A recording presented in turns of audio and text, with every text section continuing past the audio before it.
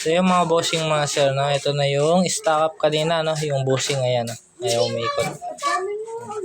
So linagyan muna natin ng langis. Ayan, yung pinaggabitan na langis. Tapos sa mga may isyung ganito, no? Tubo lang po yung ginamit ko, no? Ito. Diskarte lang po, no? Ganito. Bali po itong tubo na to. Ayan, lagay nyo dito. Ayan. Tutok na. Tapos paluin nyo. Ayan, oh. No? Tapos balik nyo. Ayan. Hinay-hinay lang yung pagpukpok, no? Ayan. Ganyan lang yung gawin nyo para matanggal.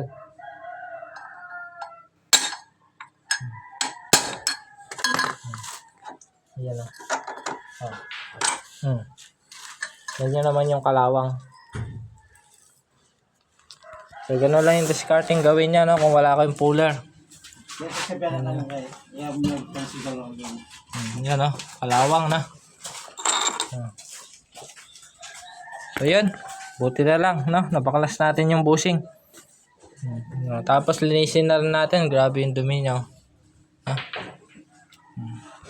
So, magiging maayos na to, no? So, yun. Ganun lang tamang pag-check, na. Pag naka-encounter kayo ng ganun, yung biglang tumatakbo, bigla na lang uminto. Yun, check nyo muna yung panggilid. Baka tanggal lang yung tornilyo. Ito. Tumama tayo, no? Tanggal yung tornilyo.